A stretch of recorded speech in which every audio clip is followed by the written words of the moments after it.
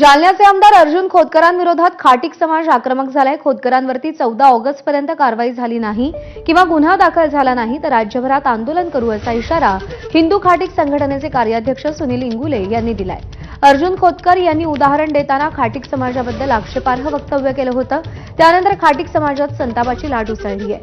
त्यांच्यावर कारवाई न झाल्यानं महाराष्ट्रातील प्रत्येक प्रांत कार्यालयाच्या बाहेर खाटीक समाजाकडून धरणं आंदोलन तसंच घंटानाद आंदोलन केलं जाईल असं करण इंगुले यांनी सांगितलंय।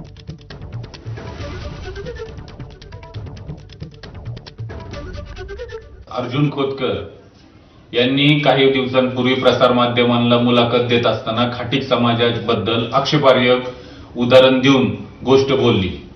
त्यांच्या विरोधात आम्ही 4 तारखेला बारामती शहर पोलीस स्टेशन आणि डीवायएसपी ऑफिसला तक्रारी अर्ज दाखल केला, पण अद्यापपर्यंत त्यांच्यावर कोणताही गुन्हा दाखल झाला नाही किंवा कोणतीही चौकशी झाली नाही। 14 तारखेपर्यंत जर का त्यांच्यावर गुन्हा दाखल नाही झाला किंवा कोणतीही कारवाई करण्यात नाही आली तर प्रत्येक ठिकाणी प्रांत ऑफिसच्या बाहेर धरणे आंदोलन, घंटानाद व आमरण उपोषण करणार आहोत 15 ऑगस्ट पासून। नागपुरात